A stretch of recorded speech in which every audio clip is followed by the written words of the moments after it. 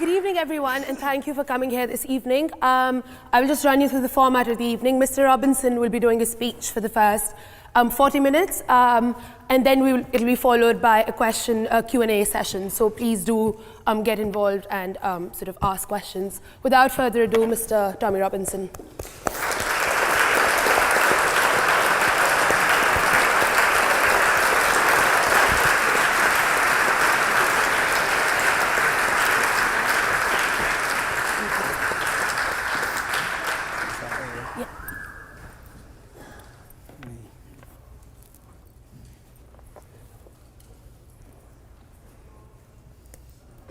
Hey, first of all, I'd like to say it's a privilege and honour to be standing here today. This is a long way from the streets of Luton Town to now be at the Oxford Union. I think it's a good day for freedom of speech. You've all heard, I was getting called a little fascist as I was walking in here. There's protests outside from Unite Against Fascism who, the definition of fascism is trying to stop people have a difference in opinion of you, which is what I have. So I think they're showing themselves up as fascists. I'd like to thank, I know there's probably been a backlash against the union for inviting me here today. It's been a good day for freedom of speech, but also a bad day.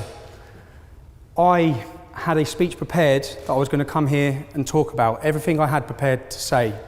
I was visited 4 days ago by probation, and I was warned about my licence. I'm on an early release from custody, so I'm on a licence. And certain things that I was going to say would result in me getting recalled back to prison. Now, even though, which I said, obviously I haven't got the same freedom of speech as what everyone else has got then. And they said, no, not whilst you're on licence. And I was going to expose certain things about the police, but that'll have to hold now. What I want to do is I want to take you all through a journey of my life and talk to you about life stories growing up in Luton. By the end of it, I want you to understand where I come from and who I am. And why.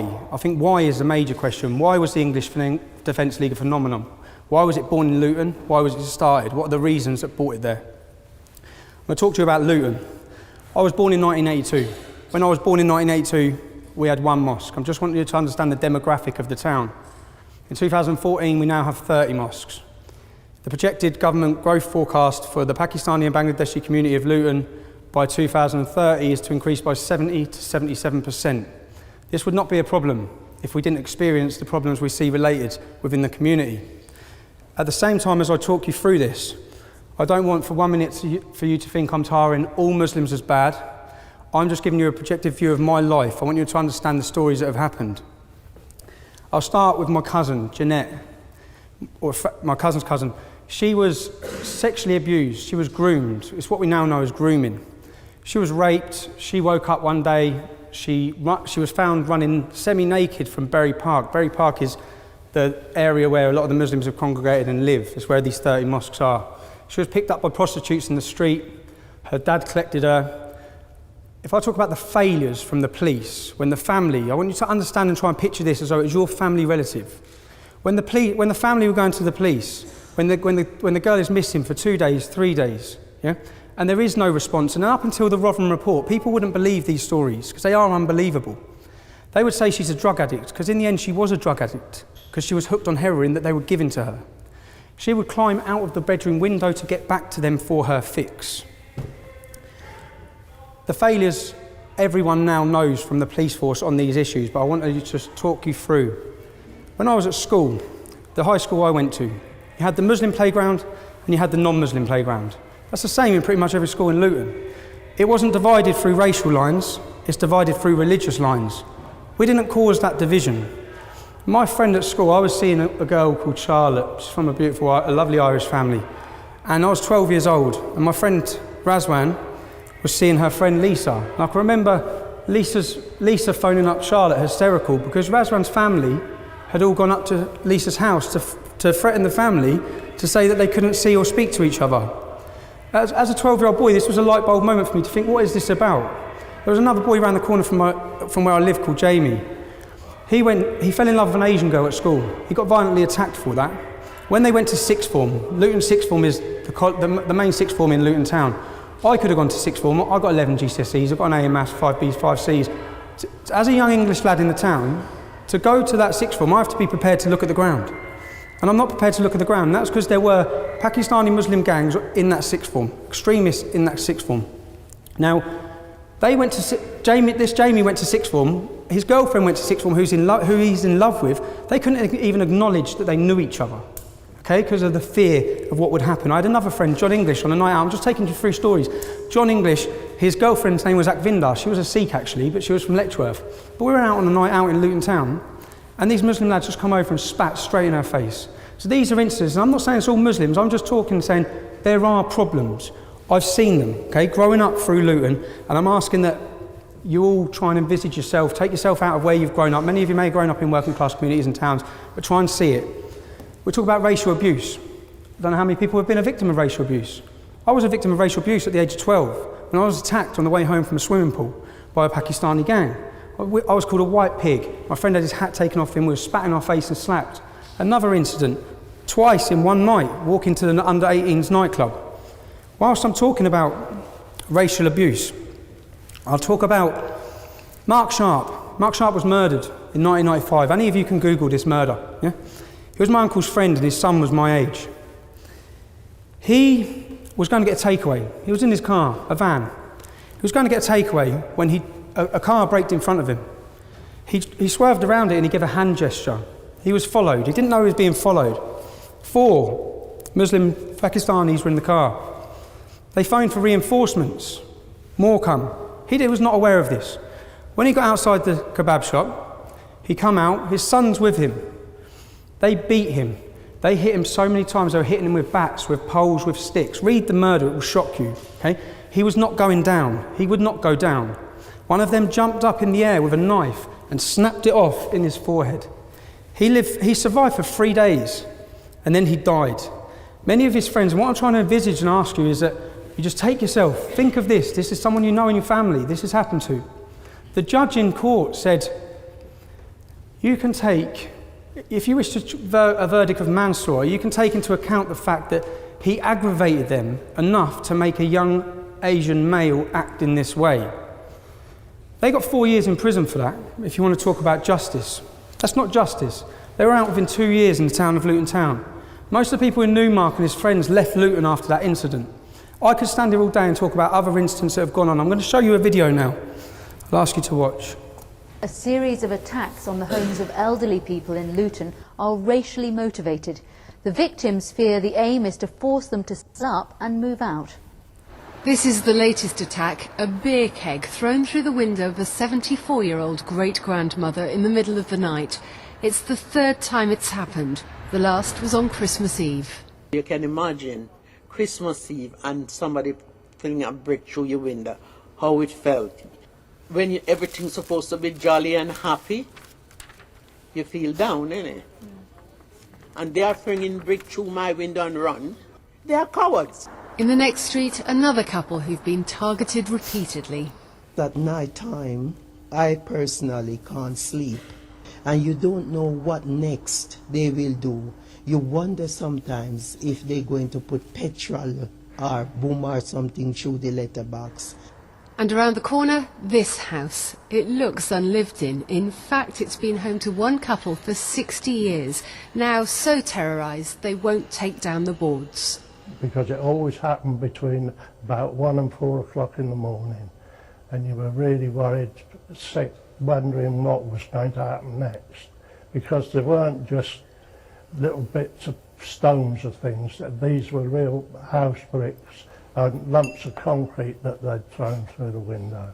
Meanwhile, families are doing what they can to protect themselves. I am one of the old type, determined black woman. I am not going nowhere. If they don't like me here, they can go. I'm quite happy where I am. Scared, but most of all angry, they're not moving. Now, again, maybe take it to the community you live in. You know these people, because I know the Palmers and I know the Howards, yeah? You can imagine eruptions these sort of incidents cause in your community. There was actually 30 people's houses that were attacked at these times. There was 88 attacks before the police acted. The way we see, what we're seeing in the Rotherham report is it shows the police inability, conspiracy with the police and different organisations, social services, where they downplayed it and suppressed it because they didn't want to be deemed as racist, yeah? So crimes went up. They facilitated the rape of a generation of kids for 20 years due to not wanting to be called racist. Similar things, when the police haven't acted, they haven't acted in towns and cities and communities like Luton for incidences like this. That's what, again, what I want you to understand is, I know those families. I remember these times when these things were happening. And if you watch the actual video, the Howards, it was Muslims that offered them support. It was Muslims that offered them help. I'm not painting a picture. All Muslims want them to move out of that community. I'm just want you to understand there are problems in these communities. There's problems that need addressing, they need talking about, okay? Now, I want you to ask yourselves as well, do you think it's got better or worse? That was years ago.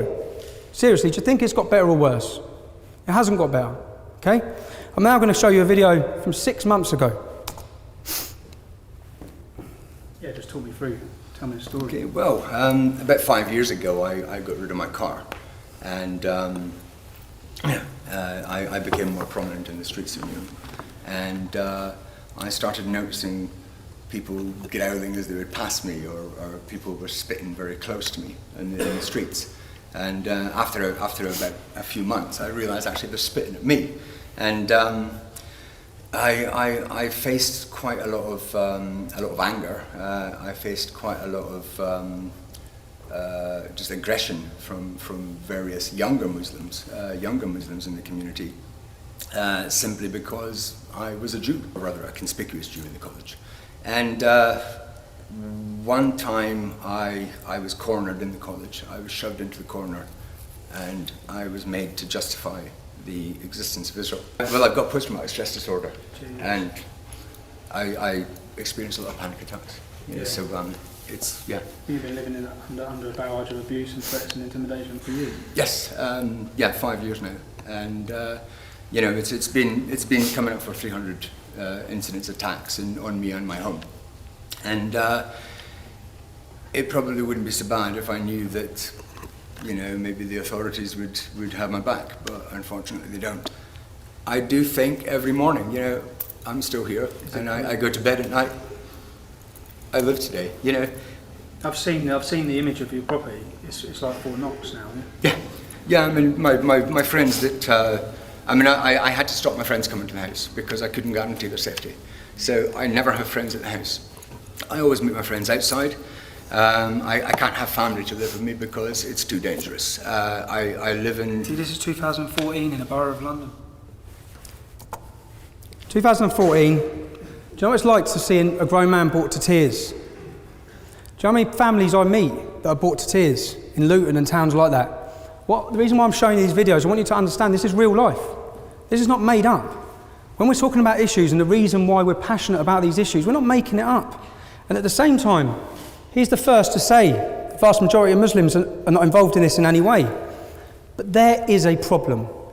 The reason why I met him, I've been talking to him for 5 years. A lot of people then, with the English Defence, they don't go to the police anymore in towns like Luton. They contacted us to talk about the issues, talk about what's happening with their families, how they're feeling persecuted, etc. I went to meet him because he's moving to Israel, because he feels he has to move to Israel if he wants to be safe.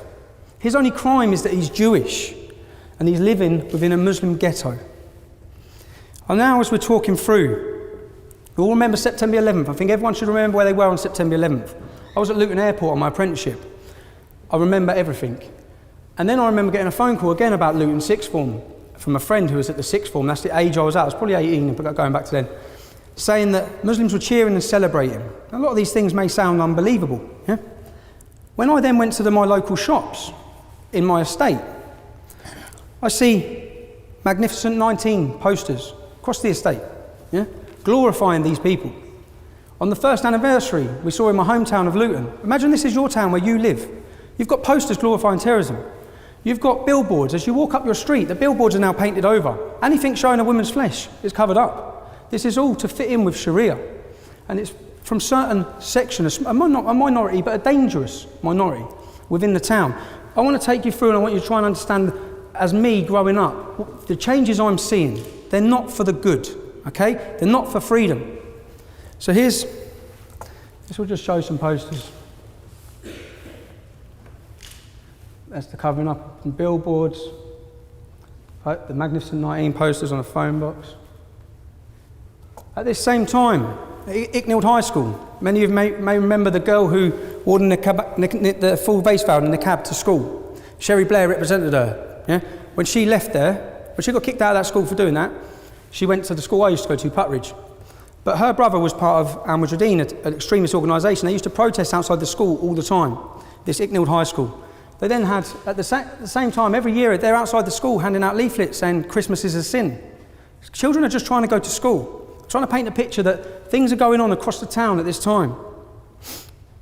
Now, what I'll show you now, this is a newspaper article. If you want to take one of them and pass them around, people can read them themselves. This, I feel, is very important. I think it's very important to show you where we were at in the town. This newspaper article is from September 2004. You're going back 10 years, okay? I was 21 years old. Anti-terror rally. I organised this rally when I was 21 years old. I made these leaflets, okay? This will show you that the English Defence League may have been born in 2009. There's a reason. There's a history behind it. When the Beslan massacre, remember the Beslan massacre? The school children were lined up and murdered by Chechen terrorists. They killed loads of kids in front of their parents. I remember watching that. And then I remember watching an interview of a Muslim from Luton. His name's Saif al-Islam, it means Sword of Islam.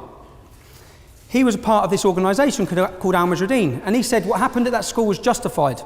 And it's justified if it happens in a school in England. That is when I started reading, learning, and looking into who this group were, Al Mujahideen. I doubt many people in 2004 had heard of them. Remember, this is before 7/7. This is before terrorist atrocities on our shores. I found that Omar Bakri and Abu Hamza, we all know who they are now. They were based in my town, in Luton. They were based there. Their head office was on Biscuit Road. I started looking, researching. What I found terrified me. And once my eyes were open, I couldn't close them to this issue. I made these leaflets. In these leaflets, it's clear. Leaflets circulating in Luton before the demonstration, which started at 1 p.m, described it as a peaceful protest to stop terrorist recruiting in the town. Headlined Luton Taliban, no thanks. It said Luton residents demand the police and council act now. Close down Al Mujahideen's head office in Biscuit Road. Stop Islamic extremists recruiting in the town centre on Saturdays. Clamp down on racist attacks on white and black lads by Muslim gangs. The leaflet claimed Islamic extremism is running out of control in Luton. Muslim fanatics celebrated September 11th outside the Galaxy Centre. Al Mujahideen supporters of global terrorism are based in Biscuit Road. Luton's Muslims are attending Afghan terror training camps. Magnificent 19 posters glorifying suicide murderers. Churches are being firebombed. Beatings and stabbings of young whites are going on all the time. The demo literature also claimed that members of a Muslim gang, the Gambinos, are more interested in making money from drug pushing and pimping, but they are becoming increasingly close to religious extremists. This was in 2004. If you want to research and go on Google, you will find a national newspaper run an article called Chemical Jihad, which they actually named that same gang 5 years later, saying that they are linked with Al-Qaeda. They are using heroin as a jihad against non-Muslims. What I want you to read by that and understand by that, Al Mujahideen are ISIS. That is ISIS. That same mindset that is terrifying the world now. The Home Secretary said 4 days ago, ISIS is the biggest threat to this country in our history, okay? That is the same threat. I may not have said it in a posh voice. I may have said it in a different way. We understood who these people were, what their thoughts were, and how dangerous this ideology was. You have to remember that this was before 7/7. 7/7, the terrorists collected their bombs in Luton. I want to bring it home to you again, this is your town. They collected them from a suspected Al-Qaeda operative called Q, who works in a chicken shop in our town centre. He was also the main mind behind the fertiliser bomb plot. I want you to realise that we share a space in Luton, okay? If we have terrorists, they're not from millions of miles away. We have to live with them. The Stockholm bomber come to Luton from Sweden as an innocent Muslim. He was targeted at Luton University by this group who we have been warning about now for 10 years. He was targeted, he was radicalised, and he set off and blew himself up. He lived 3 doors from my auntie. That group of extremists that I'm talking about were on Luton University in Freshers Week. You're at university, many of you. first time away from home, when people are vulnerable, they're weak. You have organisations playing on them to manipulate their mind, change their whole direction in their life, and turn them into killers. In this leaflet I say, the council and the police are doing nothing. That was your warning in 2004. If we want to talk about what's happened in between that, many things have happened in between that. We had a soldiers' homecoming. Our soldiers' homecoming parade, which most people see as the catalyst for the EDL. What I want you to realise is there's a lot that's gone on before this that forms your view and forms your narrative and makes you realise how deep this problem is in your hometown, the town that you love. And that, I want you to remember that I'm telling you stories as Tommy Robinson or Stephen Lennon. For every Tommy Robinson or Stephen Lennon, there's one of me. There's people in every town and city across this country who are feeling and seeing these things. So we have a soldiers' homecoming. Scott Muntridge died. He's from the estate I lived in when I was younger. I was 26 years old. Michael Swain was 19, he lost his legs. Now, our soldiers are returning. I've gone to pay my respects that day because they've sacrificed that for us. As residents of Luton, they've gone there to fight for us, for our freedoms. I've gone there that day, and the first thing I've seen is a large police presence. I've then seen Saif al-Islam. I've seen groups of Muslim extremists around the town. I've seen 30 women together in burqas. It's quite a sight. But all of these things, I thought, what's going on? And then I saw this group of protesters, a group of Muslims, taken through my town hall. They were taken through my town hall, and then the soldiers marched past. They were called baby killers, murderers, rapists, butchers of Basras. They spat in the lad's face, one of the soldiers' mum's faces, okay? Now, it wasn't this group done this, because bearing in mind, we know this group. I've looked into this group. I understand their hate. I understand where it's coming from. One of them, that group, the main ginger one, big ginger one with a big beard, he's a convert called Roger. Now calls himself Ibrahim. I used to hang around with him when I was younger. One of the other lads in the group, 2 years above me at school. This is not a million miles away from us. We get it. Yeah? It was the fact that they were allowed to do it. The police facilitated them in doing it. The council knew they were going to do it. They leafleted every mosque in the town, telling them they were going to do it. Intelligence showed that 360 Muslims were arrested attempting to come into Luton that morning. 360. 70% of their births were in countries outside of the UK. What we saw was an attack on our armed forces. And what I want to ask you, what would you have done? That's your town, okay? What would you have done at that time? Because I contacted the council. I set up a website called Save Luton. I documented that all the continuing things that this group have done in our town. I explained that when Jews were remembering the Holocaust outside our town hall, they had to barricade themselves and lock themselves inside the town hall because this group of large Muslim fanaticals were trying to attack them. In this video, there's a 5-year-old girl who's screaming and crying. They attack the multi-faith march every year. Now, in Luton and towns like Luton, when 2 kids continually cause a disturbance or a nuisance, you get an ASBO. Yeah? You ASBO them from hanging around together, and you ASBO them from an area of the shops. Okay? What we did is we set up a petition asking for this group to be ASBO'd. Quite reasonable. That's what you should do. Well, that's what we did. 5 years later, you now see they're talking about ASBOing terrorists. Exactly what we were asking them to do before any protests, before we took to any streets. Now, we know the police suppress what's going on in the town. We know the Labour councillors, you've seen it with Rotherham, are hiding the facts.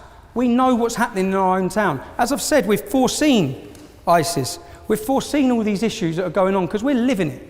We're living amongst it, we're breathing it, it's where we live. And we decided then, every community in Luton is allowed to celebrate their identity and their culture. We have St Lucian Day. When it's Paddy's Day, my mum was a Paddy, but when it's Paddy's Day, they have a 3-day festival. We have, when it's Eid, if you want to see any Muslims, come to Luton for Eid, because you will have fairgrounds, you will have the biggest celebrations, everything. St George's Day, our day, okay? And I'm just trying to talk to you about how we feel in the town.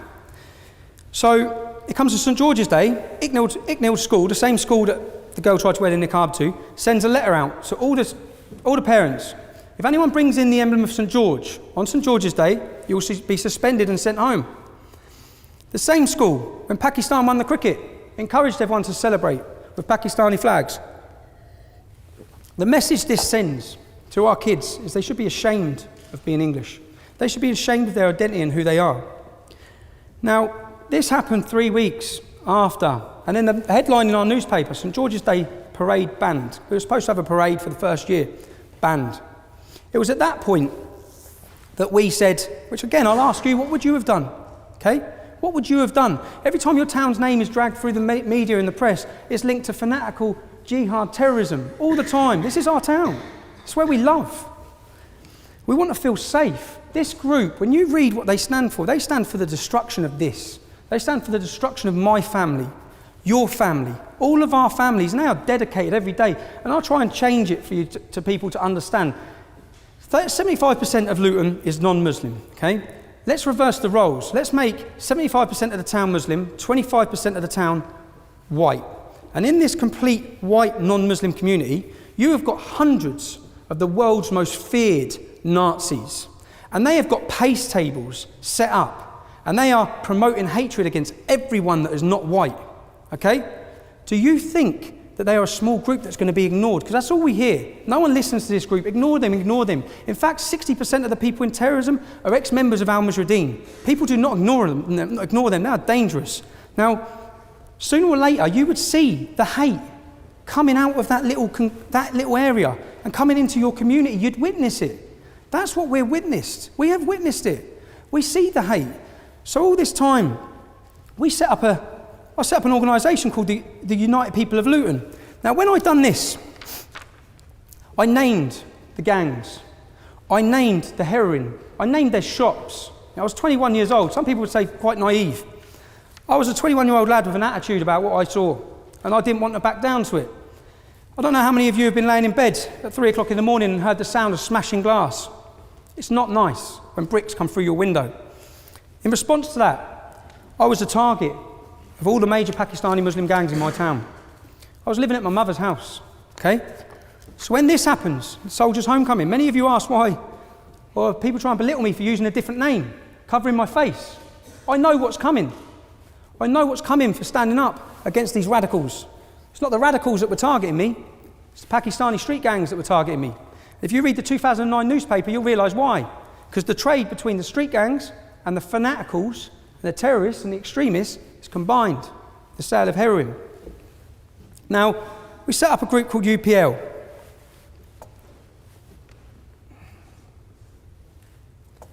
Maybe, what would you have done? Again, what would you have done?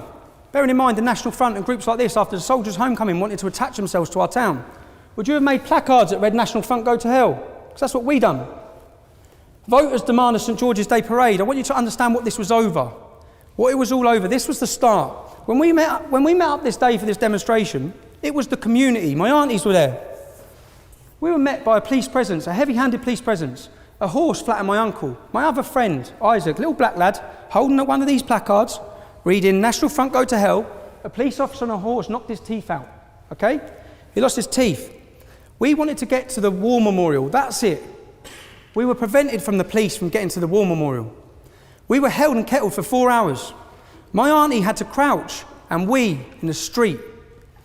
Now, I was there the day that Muslim extremists protested against our soldiers. When we turned up, we were made to line up against the wall. We had cameras in our faces. They put their hands in our pockets. They made us take our shoes off. Names, date of births, addresses. We felt violated by our own police force. Violated in a response where when Muslim fanatics were protesting against our soldiers, you didn't stop them. I was there. You didn't search them. You didn't harass them. You didn't harass their women. But you have us. So this now become about what we saw as oppression.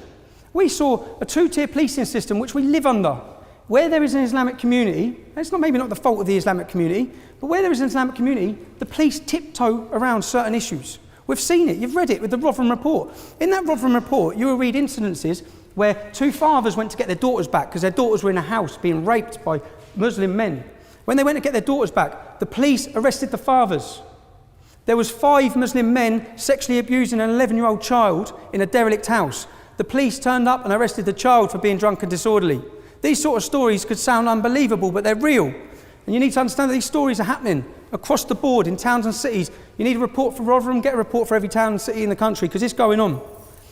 So we had our UPL protest. Bearing in mind, we've been asking for petitions to have this group ASBO'd. What did the police do? After our first UPL protest, the police come to 14 of our houses. My mum's was one of them. I wasn't there. the other 13 people who were arrested were given bail conditions not to enter the town centre 7 days a week, 24 hours a day for 3 months. So we wanted these extremist radicals banned from our town. And why would we want them banned from our town? Because our mums, our sisters, our daughters, our families have to use that town centre. And when you use that town centre, this group every single Saturday have pace tables set up by Don Miller's bakery, and that part of town's become a no-go zone because people don't want to get harassed by these lunatics. So we've had our first demonstration. They've given us bail conditions. That's when people would have seen our second demonstration, people are wearing balaclavas. I bought those balaclavas and I'll explain why. I gave everyone the balaclavas because the 14 people who have been given bail conditions not to enter the town centre, all we wanted to do was walk through our own town, get to our war memorial and show that the people of Luton support our armed forces. That's all we wanted to do. If the police would not have prevented us on the first demonstration, we wouldn't have had the second one, it wouldn't have progressed, and you wouldn't have seen the English Defence League. That's the reality of it. But the reality is, something like the English Defence League was always going to happen. Because there's these feelings, it's been suppressed, these things, this anger. So we're looking at this group, Al Mujahideen, who have protested against our soldiers. I know their history. I then look and see that they're doing an Islamic roadshow across Britain. They're visiting every town and city. I think this, by now, at what stage do you draw a line? At what stage do you do something? They attack your soldiers. What's next? A soldier's funeral. We've seen the progression, attack your soldiers, set fire to poppies, cut your heads off. We've all seen what's happened. So in Luton, I ask you, what would you have done? When this is going on in your town and the police are not doing anything, no one's stopping this group, they're radicalising, they're converting, their numbers are growing every year. At what stage do you say enough is enough? We have to highlight and tackle this group. I'm now going to show you why the UPL become the EDL.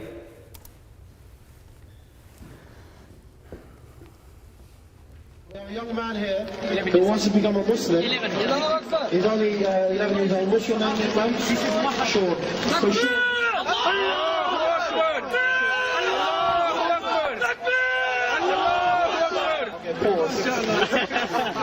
Sean here is going to become a Muslim.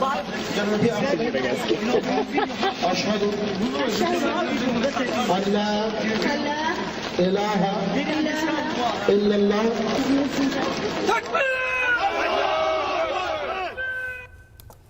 Many of the people in that video are now fighting for ISIS abroad. What they're doing there is they're outside Birmingham Bullring shopping centre.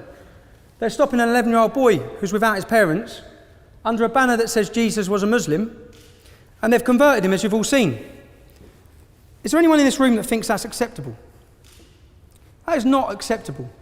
Could you imagine the reverse if hundreds of radical Christians converted an 11-year-old Muslim child walking through the city centre without his parents? There would be uproar. So I watched this group do this, and I waited. And I thought, let's see what politicians, police, someone's got to do something. Nothing happened. Then, as a group of lads from Luton Town, we decided to leave Luton and go to the Bullring in Birmingham with placards that read, "What about Sean's rights?" Sean was 11 years old. We had placards that read, "Muslim, no problem, extremist Muslim, big problem."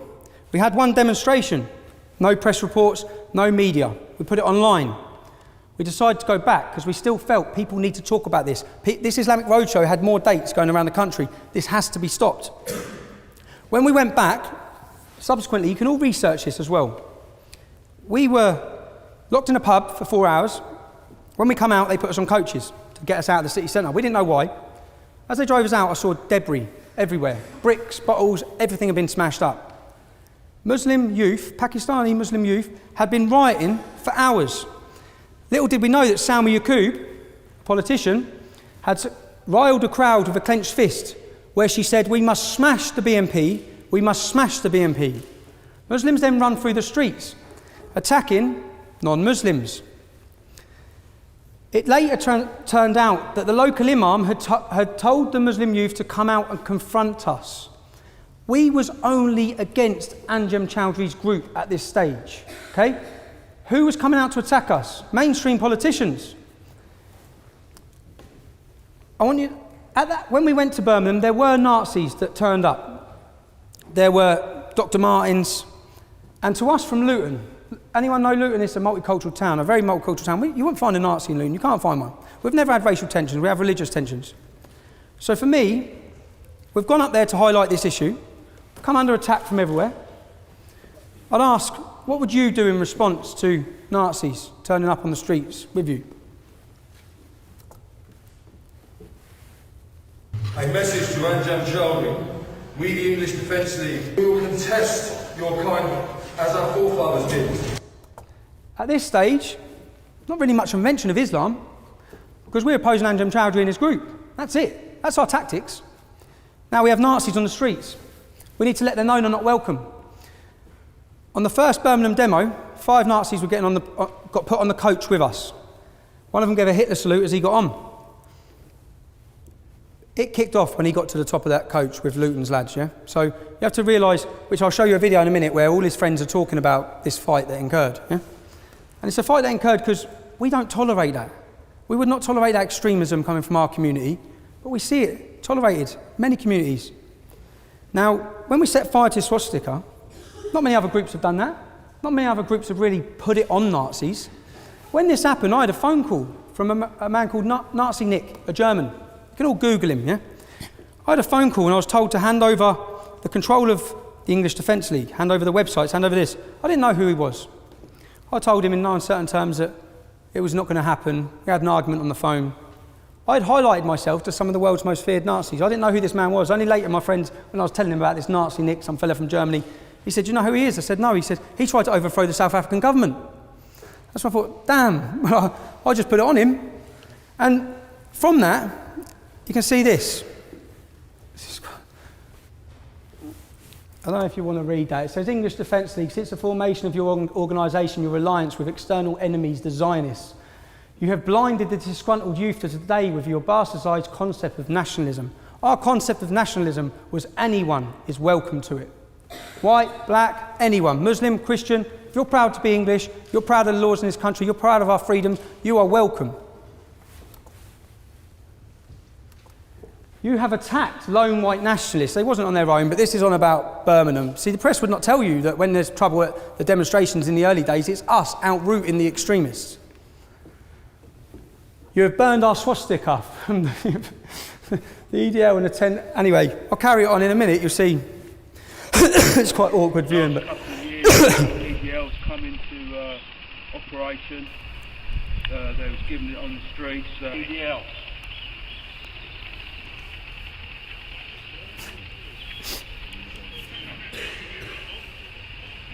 That's what we fucking think of them. They're fucking shit. They're fucking scum. That's what we think of the EDL. So, could you imagine, as I walked in this building, all I've been called is a Nazi. Okay? We've softened what Nazi means. We've softened what a fascist means. We've started calling anybody who was critical of Islam in any way, gets called a Nazi or a racist or a fascist. It is so frustrating. I'm lucky I'm from Luton Town because everyone in my town knows me prior to the English Defence League. They know there's not a racist bone in my body or an extremist bone in my body. We are witnessing. I'll ask you, I'm witnessing my town. It's from a young lad, from a young age. I'm witnessing changes. I'm witnessing things I don't like to see. I'm now going to show you one more video. I'm sorry about showing the videos. I want everyone to have a perspective on where I'm coming from, why this happened, yeah? Why it spread the way it did, why it was a phenomenon, which it was. It spread across Europe. People were too scared to talk about this issue, okay? There's not much that's good that's come from this for my family or for myself, but this had to happen. Certain things had to be said. I'll show you this video now. This is a 4-minute video. It's quite shocking, the viewing though. Streets close to East London Mosque, the police closed in.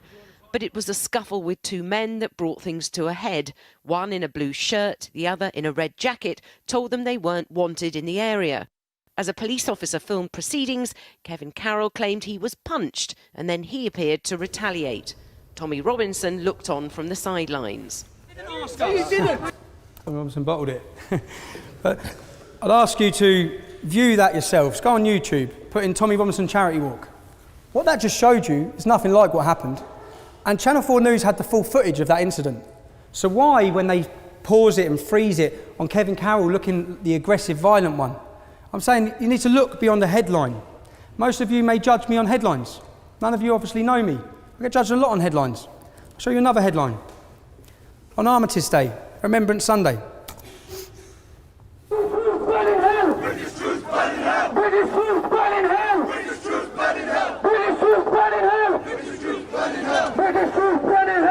British troops burning hell! British troops burning hell! British troops burning hell! British troops burning hell! British troops burning hell! British troops murder us! British troops murder us! Clearly they were not searched before that demonstration in the same way that we are. Clearly, because they had canisters of lighter fluid. Some of the country's most radical Islamist terrorists, sympathisers and supporters, on Armistice Day, round the corner from a remembrance service, doing this. Okay? I was there that day, and I went up to a police officer and said, how is this being allowed? You should have seen the public's face and reaction to what's going on there. British soldiers burn in hell, British soldiers burn in hell. The BBC, you want to talk about propaganda? The BBC did not report this. Not one BBC news station reported this. I was arrested at this demonstration. I'll show you what I was arrested for.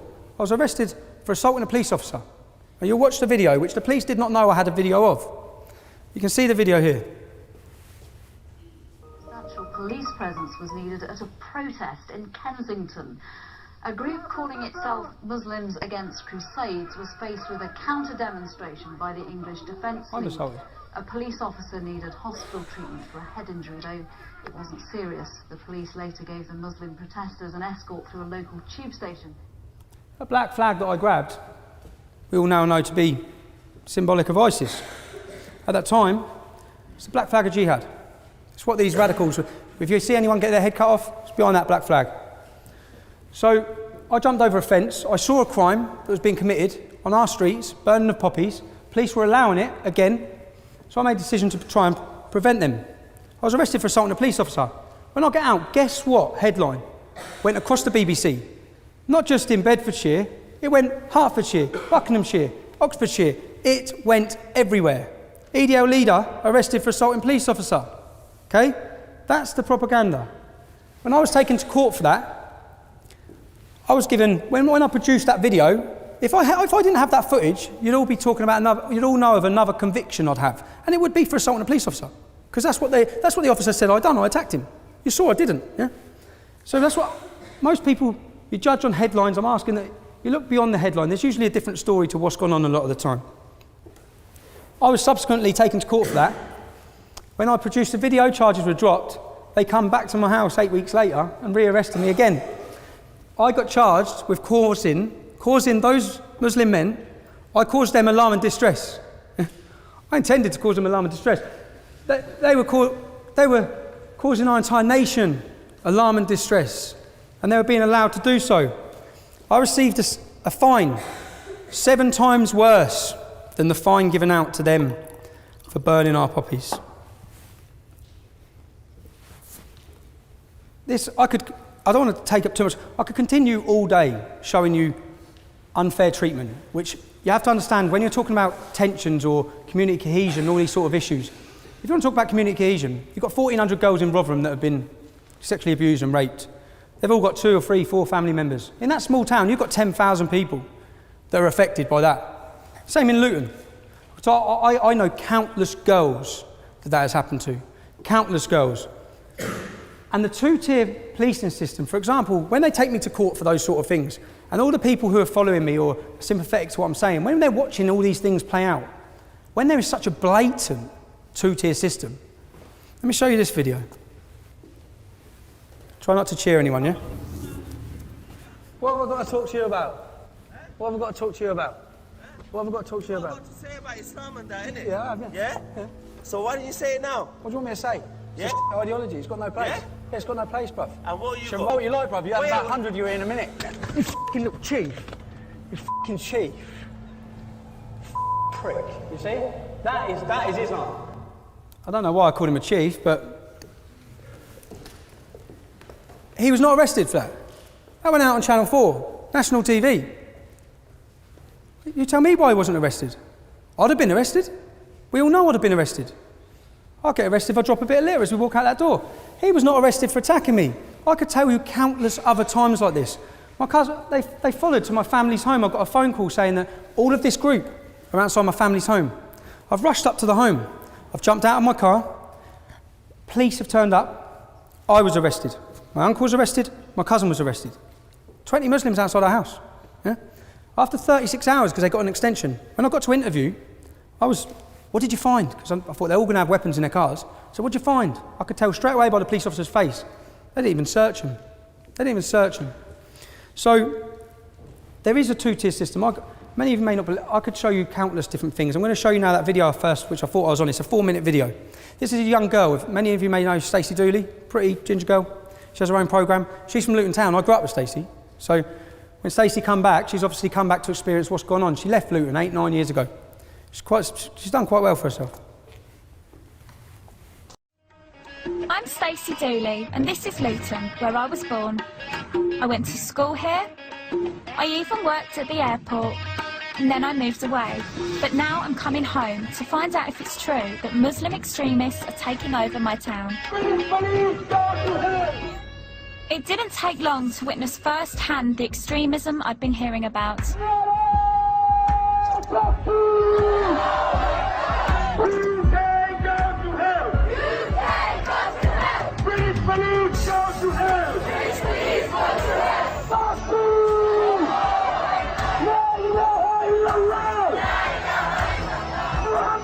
I wasn't sure what they were marching for, but tensions were running high. Your sister, brother! Your mother! Where is the case? How dare they take our woman?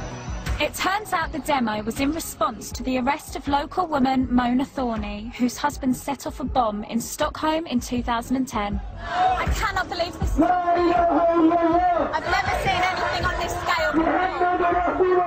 And it breaks my heart to think that this is happening in my town. Hands off Muslims! Hands off Muslims! Hands off Muslims! Everyone's got a right to protest, but I found their chanting provocative and extreme.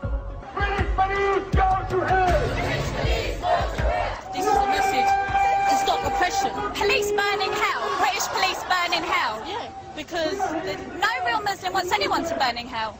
Yeah, but for what they've done, for the consequences. You can't pick and choose. You can't pick and choose. You can't. You either believe or you disbelieve. You know what? You choose to wear this, I choose to wear that. You and I will have to. You look naked on the street. Do I look naked? Do I really? I don't look naked.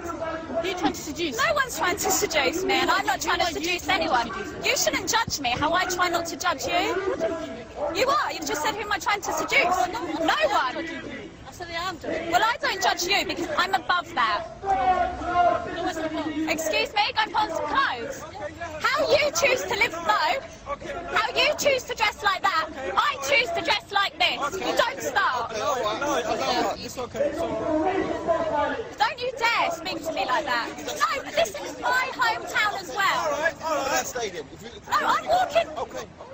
I am walking. No, I can do what I want. That girl's just... I don't mind. Point away. Point away.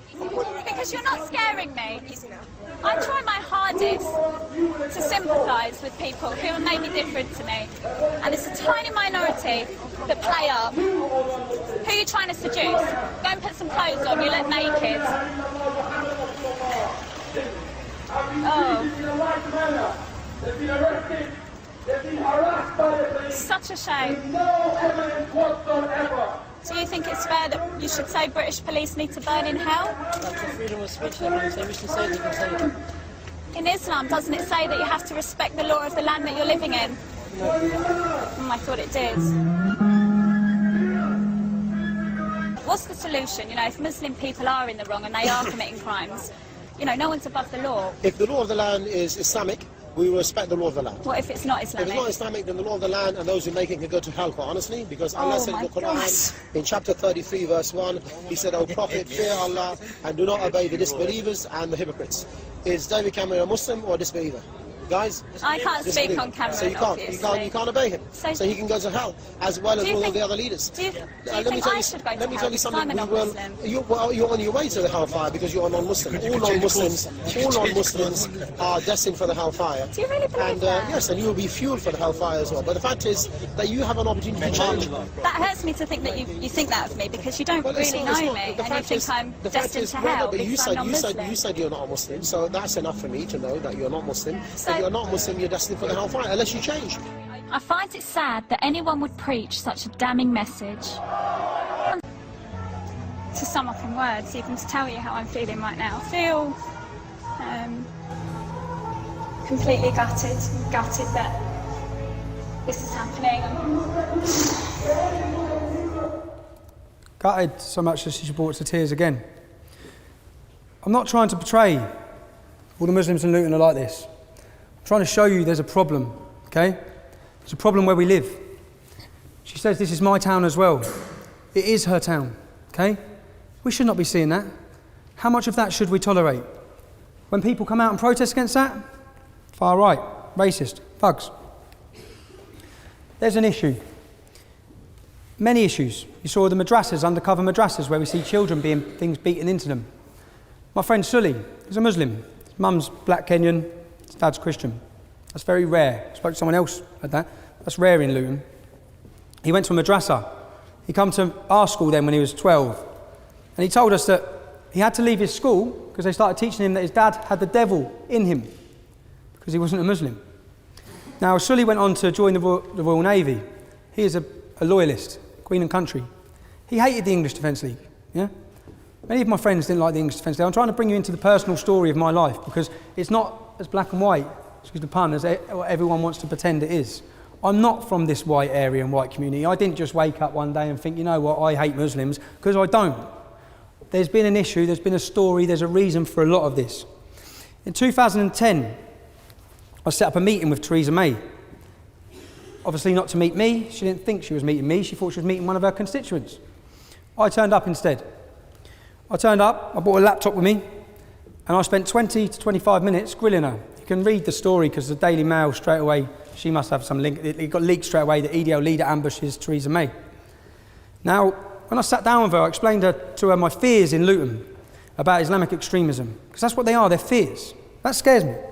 This ideology scares me. I've got 3 young kids. There's different sorts of fears. I've been in some bad situations.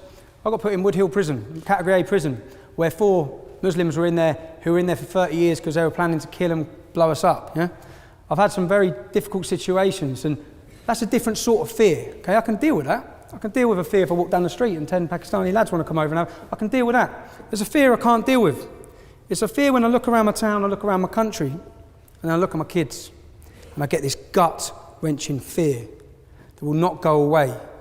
That's a lot of what drives me. It's a lot. A lot of people say there's a fear, there's a reason why people are doing these things. Now in 2010, I saw Theresa May.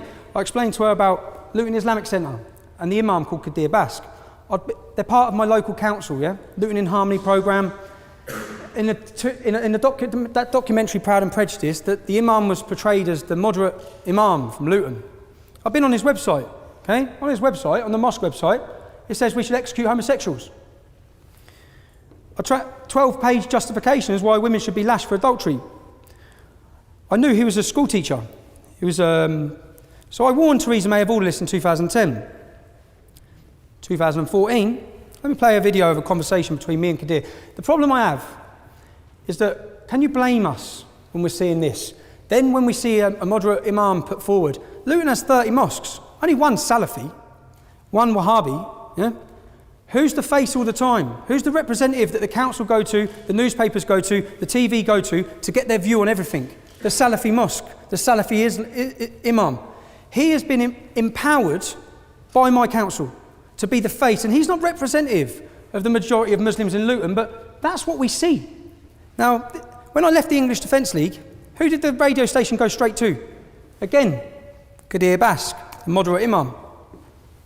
minutes. As I was talking about Tommy Robinson, asking your questions about him, he came knocking on our door, and now he's sitting here in the studio with us. He's joined in the studio now by Kadir Batch from the Luton Islamic Centre, who we had as an arranged guest on this subject as well. So we've ended up having a bit of a Barney about all of this. And just before the news, Kadir, you said that in an ideal society there would be punishments for example, homosexuals. And Tommy Robinson had put the point to you that this is why he was concerned by your ideology, which is why he was anti-Islamic and anti-Islamisation, and put Luton Islamic Centre in that camp. Do you understand why Tommy Robinson might be concerned by Islamic ideology when, even though you say we don't want it in Britain, you do use phrases like in an ideal society and then come up with a statement like that?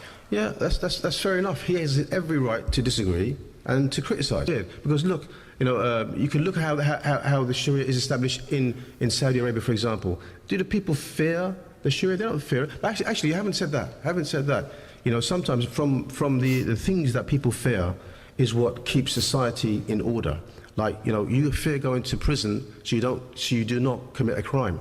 It's similarly like that. It's a deterrent. The Sharia rules are deterrents. They're not implemented. How many hands get chopped off? How many women get lashed? And it just doesn't happen. Very, very, very few. So 40. I mean, it just does. Okay. In an ideal Islamic society, these laws do not get implemented. They're just deterrents. Okay. Final question for Mr. Robinson. Then we have some calls, and I want you to talk to our listeners. What Kadir's saying is that gays should be too scared to be gay. I have a problem when this man is a representative of the Muslim community in my town. I have a problem. I have a problem when I first met him. I called a meeting with him. I went to meet him. It's because all these tensions were in the town, and he's the main face. He's the main person I thought to see. When he walked in, he said, Tommy, Sharia law will not come to this country in your lifetime. Probably not your sons, but the generation after that. So thank you for concreting why I'm resisting this, Kadir. Now, I've never understood the term, I hate to say I told you so, yeah? But I now understand it, because it's not a nice feeling. We warned of grooming. You read the Rotherham report. This is from 2010. Defend England against? The spread of Sharia law, the spread of terrorism, the spread of extremism, Islamisation, the political wing of Islam. That's what we're trying to do. Could a Muslim join the English Defence League? Of course they could, yeah. Of course they could. And yet you say you're not against Muslims. No. They could join your organisation, but you are against Islam.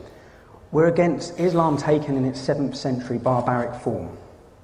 Well, your direct quote is, I'm not against Muslims, just Islam. Against militant Islam. And when I say Islam, taken in its 7th century barbaric form. If Islam was to evolve, which it needs to evolve, to fit in with Western democracy, which is clearly not. Clearly there's a problem. Clearly the English Defence League is a phenomenon that swept this country. And with the issues I'm talking about, Jeremy, if I ask you, do you know anyone that's hooked on heroin sold to them by Muslim gangs? You probably don't. I do. Do you know any beautiful girls that you went to school with that are now wearing a burqa that don't see their family? Probably don't. I do. Do you know anyone who's been murdered by a Muslim gang? You probably don't. I do. Do you know any 15-year-old girls that you know that you've grown up with that have been raped or pimped? You don't. So I don't expect you to understand the issues. These are all personal issues of yours. Personal issues in towns and cities like mine that are happening, and they're not happening with the Sikh community, they're not happening with the Jewish community. And indeed, they're not happening with most Muslims. No, they're happening within the Islamic community. That's why I'm saying that it's an Islamic problem. And when I'm just a simple person, so I'm just a normal person, but when I'm looking at, I have to look for where this hatred is coming from. And talking about these girls like they're statistics.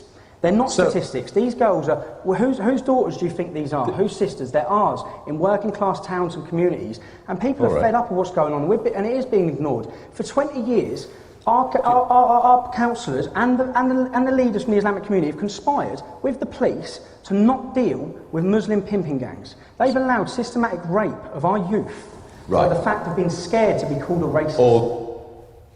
There's another quick video now. Non-Muslim youth, non-Muslim girls, raping, pimping, beating, abusing our whole system. Rather than deal with these gangs, they would rather persecute us, the people who are highlighting the issue. And the fact is, the police, the councils, the government, everyone needs to wake up. Many of the issues when we formed the EDL that I wanted to raise and wanted to bring to the surface have been brought to the surface. Many of them. If you wish to, you can draw a graph on the arrests. Do it yourself. Look at the arrest rate for Muslim grooming gangs, which is a big problem in many of our communities. You'll see a line go straight across like this. English Defence League forms, the arrests go through the roof. Only when people took to the streets, only when they could not hide this fact any longer, because they've hid it, only when the world's media were listening to us talk about what's happening to our family members and the police have facilitated it, did they do anything about it. If I tell you one story, I stayed in Blackburn for the night before a demonstration. I spent the time with a family. I listened to horrific stories of what's happening to their 12-year-old daughter. She's going missing as well for days. She's got a 19-year-old brother in that room that's telling me the stories. I mean, horrific. When you hear these stories and you're having to listen to all these things that are going on, it's going on everywhere. The next day we're at the demonstration. It's all kicking off. I've gone down to the front where it's kicking off to try and calm people down. Who's at the front kicking off with the police? Her brother. There's usually a lot of reason for the anger that people are seeing, okay? To just label it and ignore it. The main reason I want to get across is why. That's the point I'm getting to, is why. Another point I'll make to you about prison. I've been in prison. Wood Hill is an ISIS training camp. That's it. Our category A jails now are radicalising and radicalising. We've got 800 coming out a year. When you go to jail, you're weak, you're vulnerable. You're now being turned to hate the system, hate the country, hate everything about us. And I'll make this claim now. At some time, this speech will be looked back upon after a prison convert has come out, maimed, killed and murdered on our streets, because it's going to happen. There's nothing being done. They're not segregated, they're not isolated. In 2012, I spent 20 weeks on solitary confinement. These terrorists are not on solitary confinement. They're on the wings, converting, making people take the Shahada, converting them. The imams, even in Wood Hill, are trying to do something. They're not trusted, they're not listened to. They're seen as stooges. People are not converting with the imam, they're converting with the radicals who are running the wings. In 2012, I spent 20 weeks. I flew to America on September 11th on someone else's passport. Pretty stupid thing to do, yeah? I got 10 months in jail for it. I thought it was quite harsh, but I got 10 months in jail. I spent 20 weeks on solitary confinement. Solitary confinement, 23 and a half hours a day. I was locked up. For half hour a day, I got let out to walk around a cage on my own. Put back in. Meals brought to your room. They're not allowed to do that, actually. You're only allowed to do that for 30 days because of your mental health. It's not good for your mental health. To get around that, they moved me from Wandsworth block, Bedford block, Wood Hill block, Wandsworth block, Wayland block. I was not allowed out of my cell because I'd be killed. My family noticed the difference in me as a person when they come to visit. Because of this, you see, fear is paralysing. And it's fear that paralysed Rotherham's police force. It's fear that's paralysed our politicians. It's fear that has paralysed the British public to put up and tolerate with many of the things that are happening in this country. My family contacted human rights lawyers. They explained, listen, our son has spent 12 weeks in solitary confinement, listed all the things. All the human rights lawyers are like, this, you've definitely got a case, this is out of order, we'll get a judicial review. Yeah, he's the leader of the English Defence League. Whoa. I mean, we can't represent him. That's how toxic it's become. That's how powerful political correctness is. My family then looked for who represented Jamie Bolger's killer. Child killer. Cut off the penis of a child and fed it to him. Disgusting, sick. They contacted him. Went through the same scenario, explained the situation. Got to the fact that I was a leader of the English Defence League. Whoa. I can't touch him. He represented a child killer. He would not represent me.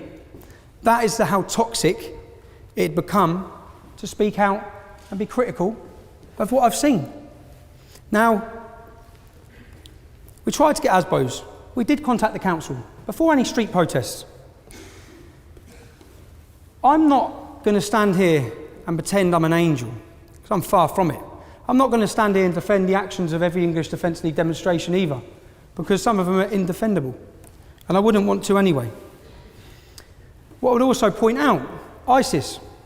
Many ISIS fighters for ISIS, there's a lad I know from Luton who's out there fighting for him. They're coming back. I draw the point. They are following from scripture from the Quran. They practice from the same Quran that the Kurds who are fighting for freedom also follow. So I'm not saying all Muslims are bad. I'm saying what I've tried to do today and what I'm trying to paint a picture of is why. I want you to understand why. If we want to talk about my beliefs, I'd rather you heard my beliefs from my mouth. I'm called far right. I'm put in a box of the right wing because in this country we like to do that. It makes things less complicated. Many of my views are left wing and liberal. I just have a problem with what I see as fascism. I have a problem which I see as extremism. And any group like these clowns that are outside today, who are government funded, okay, linked with trade unions, It's their job to oppose fascism. Where were they? Where were they with the rise of what Theresa May is now saying is the biggest threat to this country's history? My views are my views. I'm entitled to them. It's coming to an end now, but what I want you to ask yourselves again is, what would you have done on your soldier's homecoming? What would you have done witnessing the things you have growing up? What would you have done when you see your culture eroded, your identity disappearing, you see Sharia patrols, neighbours are being forced from their homes? What would you have done? As a young lad from Luton, I've made the decision. I've done what I did. I've done it, and I want you to know that it was born out of passion for what was right. It wasn't born out of hatred. To say this was all done out of hatred would be absurd. I've put my life on the line and had many negative effects from that, especially when we come down to the police. I was talking earlier about freedoms. I'm on a licence condition, I can't contact the EDL. I believe that we should all be fearful. If I went through a full story, I'd love to come back and have time to talk about this. Now I'm running out of time. I'd love to talk to you all about everything that's gone on with the police, because if they can do it to me, they can take away my freedoms. They can do it to you. It should be a worry to everyone. Finally, interfaith. We have interfaith policies across this country. Rip them all up, they're useless. They're completely useless. In my town, we have Sikh leaders, Muslim leaders, Christian leaders, twice a year, take a photo of each other, put their arm around them, stick it in the paper, that's their interfaith. It's not doing anything. It's no good. The people, if we're serious and we want to solve this problem, our country has deep wounds. If we want to solve these wounds, you know the people you need to bring together? People on those EDL demos and the young kids being attracted to those Islamist organisations. It's the only way. The only way is with dialogue. And if I talk about, many times I say we need a revolution. I don't mean we need a revolution. We need a revolution within the Islamic community. We can't solve these problems. The problems will be solved by Muslims. I'm having a meeting this week with Muslims in Luton who are running a campaign saying, "Not in my name." I watched the video, it was an hour and 20 minutes. It's a good video by the Imam. And I sat there and thought, this is what we've been asking for. We've been asking for Muslims to get as outraged as us at what these fanatics are doing. We've been asking for a clear wedge and a difference, and a clear difference between your ordinary Muslims and these Wahhabi Salafi extremists. And for the first time, I think, I'm yet to be completely convinced, but it is the only route forward and the only path forward that I see if we want to hand down a safe and prosperous Britain. I'd like to thank you again. I hope it's given you a better insight. Some of you may still hate me, but I'd like to give a better insight into who I am, where I've come from, the reasoning behind the formation of the English Defence League. Obviously, I've left the English Defence League now, and I'll try as best I can to answer any of your questions. I wish I could stand here and speak freely, but there's certain topics I can't really branch into because I will be recalled to prison. I have 3 young, beautiful children. Christmas is 5 weeks away, and I noticed the massive effect it had on them when their dad was locked in prison. So I spoke to you earlier about it. A year ago, I would have stood up here and, you know what, I'd have said whatever the hell I wanted because I felt my freedom of speech was being eroded, and I'm quite stubborn throughout the years. But I can't put my family through that. So again, thank you for inviting me.